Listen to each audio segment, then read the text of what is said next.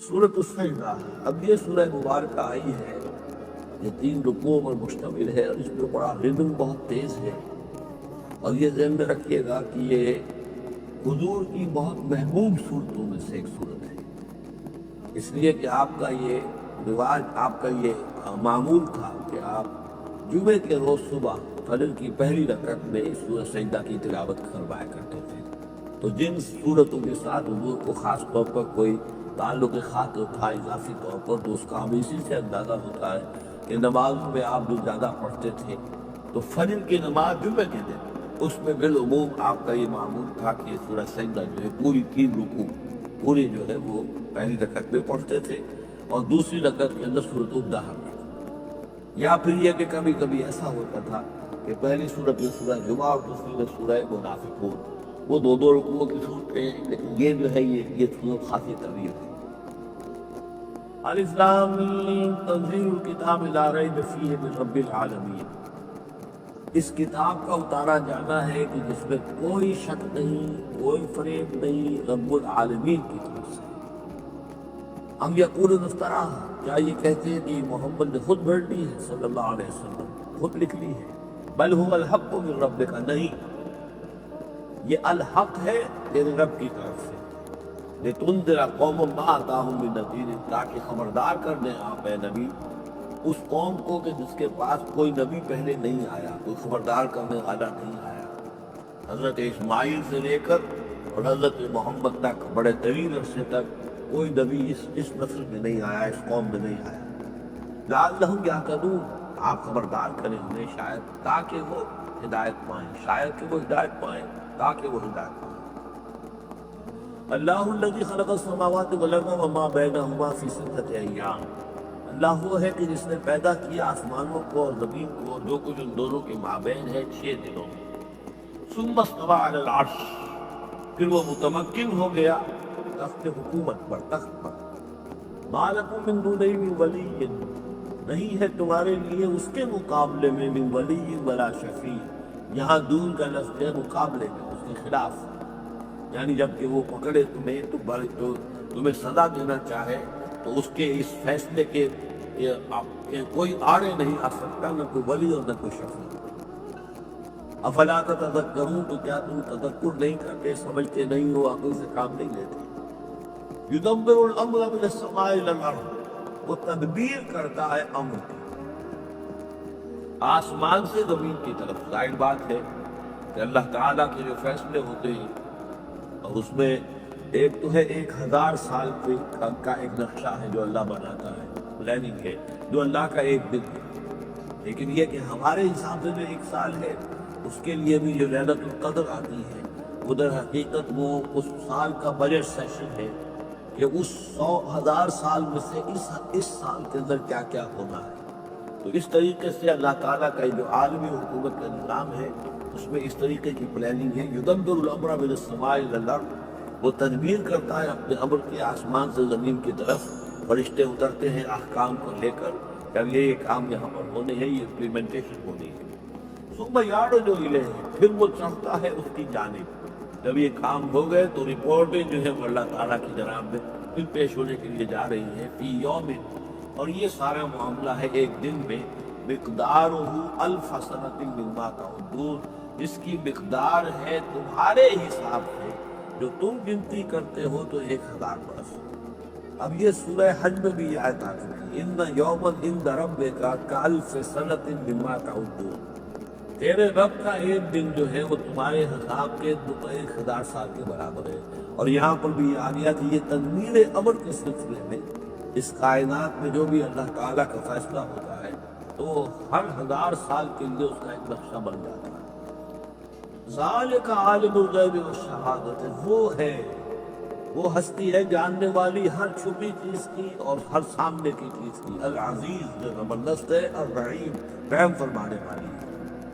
الذی احسن کل شیء، جس نے کہ جو شے بنائی، کل شیء خلقہ، جو شے بھی اس نے بنائی بہت خوبصورت بنائی، بہت عمدہ بنائی، اس کی خلقت میں کوئی نقص نہیں دکھا سکتے، کہیں کو کوتاہی نہیں دکھا سکتے۔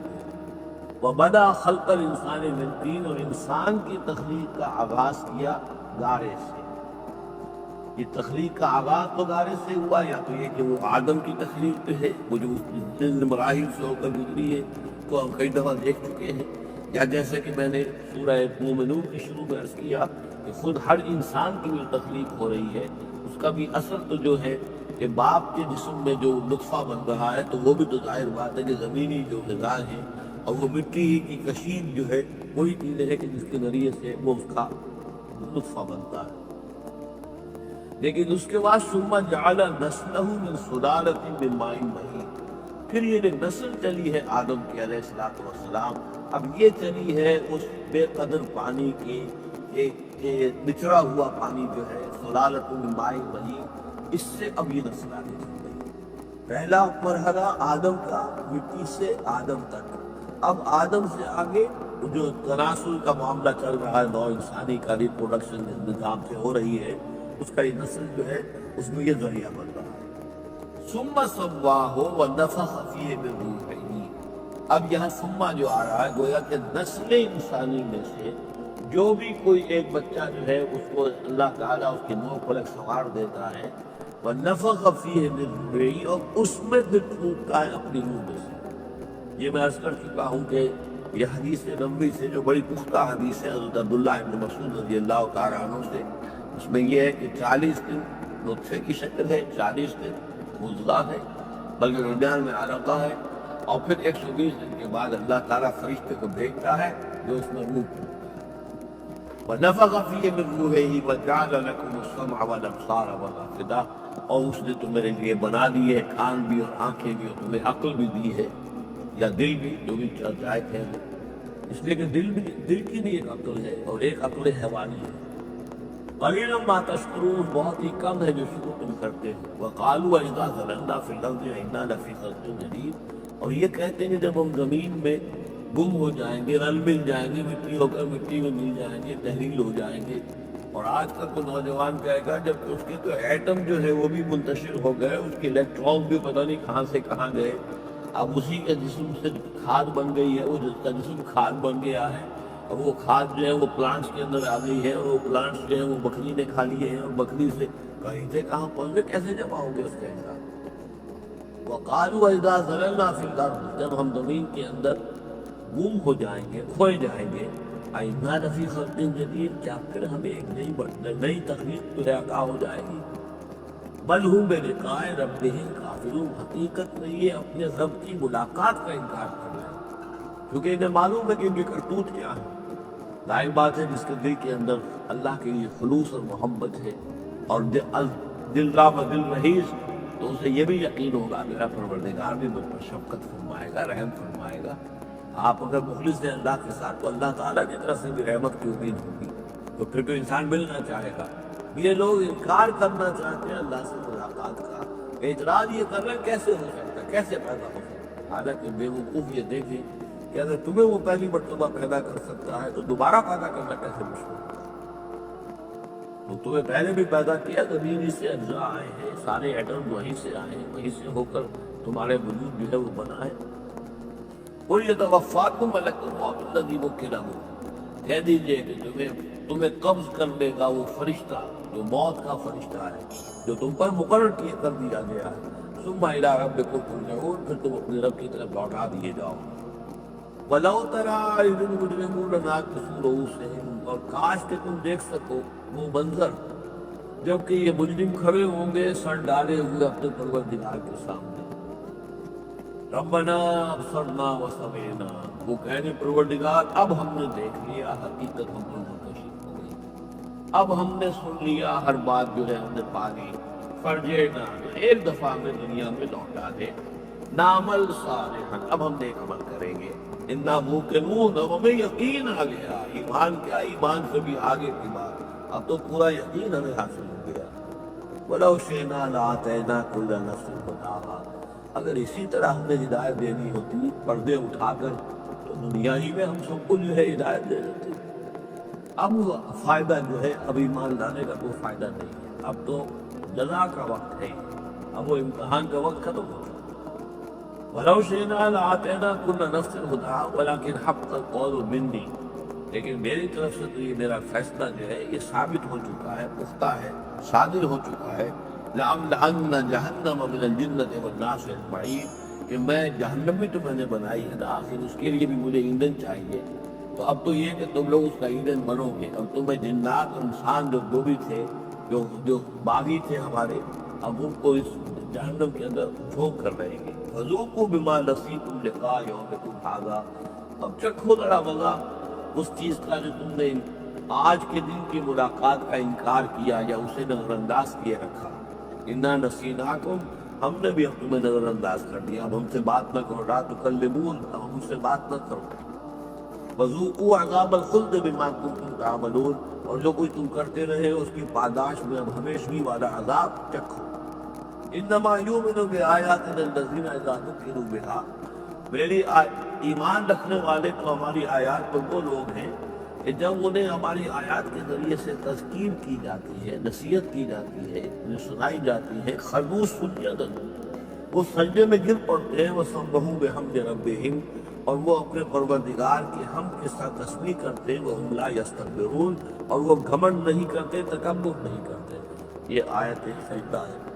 تَتَجَافَىٰ جُنُوبُهُمْ عَنِ الْمَضَاجِعِ، رات کے اوقات میں ان کے پہلو بستروں سے دور رہتے ہیں، علیحدہ رہتے ہیں رات کو۔ یبیتون لربہم سجدا وقیاما، ایک تو وہ شخص ہے کہ سالگاہ پاس ہوتا رہتا ہے، اور ایک وہ ہے کہ جو وقفے وقفے سے اٹھتا ہے، اللہ کو یاد کرتا ہے، کبھی کھڑا ہے کبھی سجدہ کر رہا ہے۔ تو ان کے پہلو جو ہے وہ ان کے بستروں سے علیحدہ رہتے ہیں۔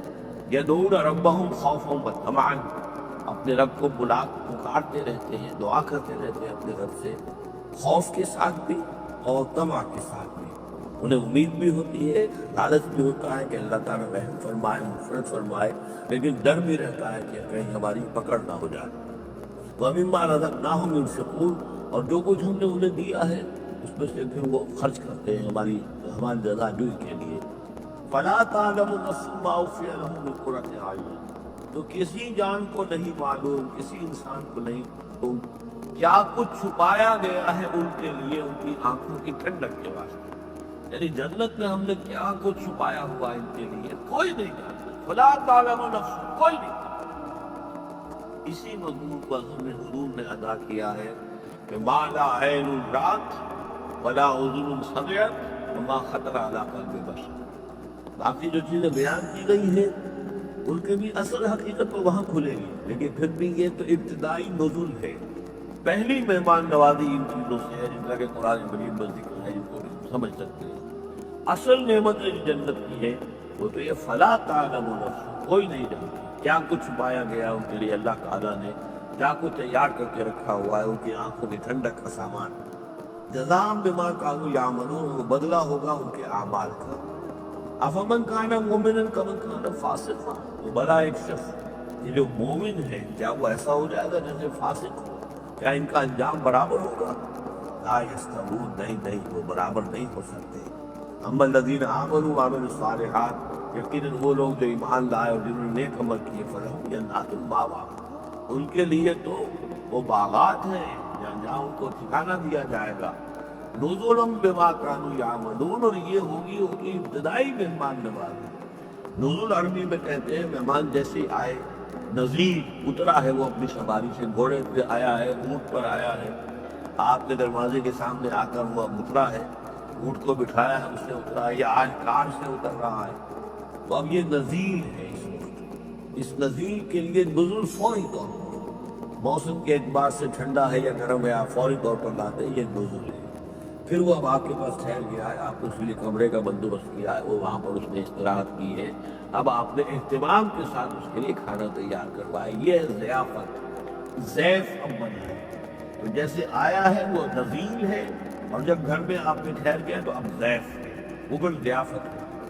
تو وہ چیزیں جو ہیں مَا لَا عَيْنٌ رَأَتْ وَلَا أُذُنٌ سَمِعَتْ وَمَا خَطَرَ عَلَىٰ قَلْبِ بَشَرٍ، یہ اصل میں ضیافت خداوندی ہے، اور یہ نزول ہے جس کا ذکر قرآن مجید میں تفصیل سے آیا ہے۔ وَأَمَّا الَّذِينَ فَسَقُوا فَمَأْوَاهُمُ النَّارُ، اور جو لوگ سرکش تھے اور جنہوں نے نافرمانی کی تھی ان کا ٹھکانہ آگ ہے۔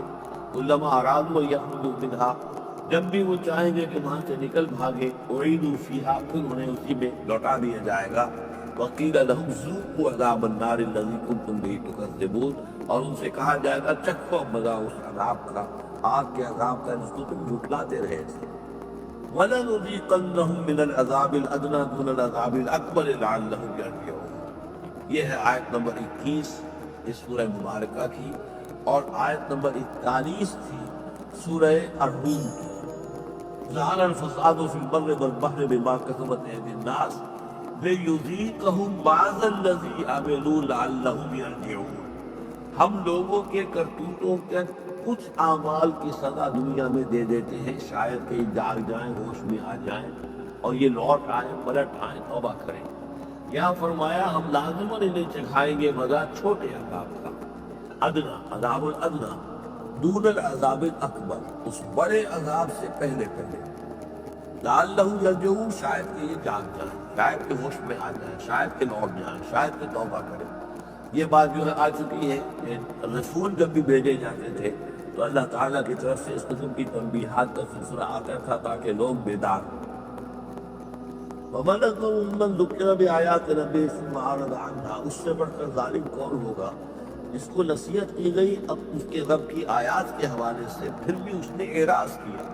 یعنی ایک تو نصیحت کوئی کر رہا ہے وہ اپنا جو فلسفہ بگاڑ رہا ہے، یا کوئی اپنی عقل لڑا رہا ہے، اپنی منطق لڑا رہا ہے. ایک یہ کہ اللہ کی آیات کے ذریعے سے تثبیت کرے پھر بھی اس سے اعراض کرے. ثُمَّ أَعْرَضَ عَنْهَا إِنَّا مِنَ الْمُجْرِمِينَ مُنْتَقِمُونَ. ایسے مجرموں سے تو ہم انتقام لے کر رہے ہیں. وَلَقَدْ آتَيْنَا مُوسَى الْكِتَابَ فَلَا تَكُنْ فِي مِرْيَةٍ مِّن لِقَائِهِ. اور ہم نے موسیٰ کو کتاب دی تھی، اور یہ جملہ متردہ بیچ میں آیا ہے کہ اے نبی آپ بالکل شک میں نہ رہیے اس کی ملنے سے یا اس کی ملاقات کے. اس کا ایک ترجمہ یہ کیا گیا ہے کہ شب معراج میں حضرت موسیٰ سے بھی حضور کی ملاقات ہوئی تھی، تو اس کی طرف اشارہ ہے کہ آپ کی جو ملاقات ہوئی تھی وہ موسیٰ ہی سے ہوئی تھی، اس میں کوئی شک نہیں ہے. لیکن زیادہ قرین قیاس سے سیاق و سباق کے ساتھ مناسبت رکھتا ہے وہ یہ ہے تو اے نبی آپ بالکل کوئی شک نہ رکھیں اس بات میں کہ جو کتاب موسیٰ کو دی گئی تھی وہ واقعتاً اللہ کی طرف سے تھی. کتاب کا ملنا اللہ کی طرف سے تھا، اور اس قرآن کا ملنا جو آپ کو ملی ہے یہ بھی اللہ کی طرف سے ہے. اور حضور سے خطاب کرتے ہوئے بھی در حقیقت یہاں پر وہ سکون جو ہے وہ لوگوں سے ہے کہ تم کوئی شک نہ کرو کہ تورات اللہ نے ہی دی تھی حضرت موسیٰ کو، اور قرآن اللہ ہی نے دیا ہے محمد کو صلی اللہ علیہ وسلم. وَجَعَلْنَاهُ هُدًى لِّبَنِي إِسْرَائِيلَ. اور اس کو ہم نے ٹھہرایا تھا، بنا دیا تھا ہدایت، رہنمائی بنی اسرائیل کے لیے. وَجَعَلْنَا مِنْهُمْ أَئِمَّةً يَهْدُونَ بِأَمْرِنَا وَلَمَّا صَبَرُوا. اور ان میں سے پھر ہم نے ایسے امام اٹھائے، پیشوا اٹھائے، رہنما اٹھائے کہ جو لوگوں کو ہمارے حکم سے وہ ہدایت کرتے تھے، رہنمائی کرتے تھے، تورات کی تعلیم کرتے تھے، تورات کو سمجھاتے تھے، نیکی کا حکم دیتے تھے، امر بالمعروف نہی منکر کرتے تھے. لما صبر، لیکن یہ کام وہ کر سکتے تھے جب خود صبر کی روش اختیار کرتے. اگر آدمی اپنی تمام توانائیاں قوتیں زیادہ سے زیادہ عیش، زیادہ سے زیادہ دولت جمع کرنے پر کرے گا تو وقت کہاں سے لائے گا ان کاموں کے لیے؟ اور اس کام کے لیے تو ظاہر بات ہے آپ کو بدی پر کسی کو روکنا ہے، نہیں منکر کرنا ہے تو کچھ صبر بھی کرنا پڑے گا. تو مصیبت بھی آئے گی، تو تکلیف بھی آئے گی، تو آپ کو ستائے گا بھی، گالیاں دے گا. اور اگر حکومت کے خلاف آپ نے کوئی بات کہی ہے تو حکومت آپ کو سزا دے گی. لہذا صبر کے بغیر یہ کام نہیں ہوتے. وَجَعَلْنَا مِنْهُمْ أَئِمَّةً يَهْدُونَ بِأَمْرِنَا. اب ہر شخص کے ہم میں سے یہ خواہش پیدا ہونی چاہیے کہ اللہ تعالیٰ ہمیں بھی، اگر بنی اسرائیل میں سے اللہ تعالیٰ نے بہت سے لوگ ایسے اٹھا دیے جن کی یہ تعریف کی جا رہی ہے، جعلنا منہم ائمۃ یہدون بامرنا لما صبروا. اللہ تعالیٰ ہمیں توفیق دے کہ ہم بھی اس امت مسلمہ میں اسی کام کے کرنے والے بن جائیں تاکہ لوگوں کو خیر کی طرف بلائیں، رب کی طرف دعوت دیں. لیکن اس کے لیے اپنے لیے صبر اختیار کرنا ضروری ہے. کم سے کم اپنا جو ہے اسٹینڈرڈ آف لیونگ رکھیں تاکہ یہ کہ ہم اپنا وقت اسپیئر کر سکیں، جس کو تبلیغی بھائی کہتے ہیں تفریق الاوقات. اوقات فارغ نہیں کریں گے اپنے، سارا وقت لگا ہوا ہے آپ پیسہ کمانے میں، اس لیے کہ اس کے ایک خاص قسم کا معیار زندگی بنا لیا ہے، اور اس کو مینٹین کرنے کے لیے اب جتنا کچھ آپ کو چاہیے اب دن رات ایک کریں گے تو آپ اپنے اس معیار زندگی کو مینٹین کر سکتے ہیں. گویا کہ اب ہم اس معیار زندگی کو پوج رہے ہیں. ہمارے پاس اب تو وقت ہی نہیں، صلاحیت کہاں لگائیں، کس وقت میں لگائیں، کیا کام کریں؟ ایک صبر کی روش ہوگی اور پھر قرآن مجید کے ساتھ وہ تعلق ہوگا، تو پھر انشاءاللہ تعالیٰ اللہ تعالیٰ نے انسان میں بڑی صلاحیت دے رکھی۔